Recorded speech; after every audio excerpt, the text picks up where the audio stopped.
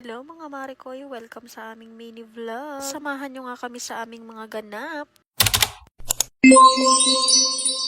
For today's video mga Marikoy, eto nga ako at naglagay nga ako ng salon pass. Ano ba naman kasi mga Marikoy, bigla nga sumakit yung ulo ko. At thank you nga pala kay Ate Gemma rin na nagbigay nga ng salon pass sa akin. At eto naman nga ang bata mga Marikoy, nagkukulit nga sa lola niya na merong ginagawa. Nagbabawas nga ng mga damit yung lola niya dahil nga ang dami ng damit ng mga ate niya na hindi naman sinusuot. Pero eto nga ang batang makulit for the sukat-sukat ng person. At dahil wala nga kaming magawa mga Marikoy, eto nga at lumabas muna kami. Wala naman kasi gaanong dumadaan ng mga sasakyan kaya nga eto at napatambay nga kami dito sa labas. Syempre may bata na naman ngang masaya dahil nga nakalabas na naman siya ng lungga.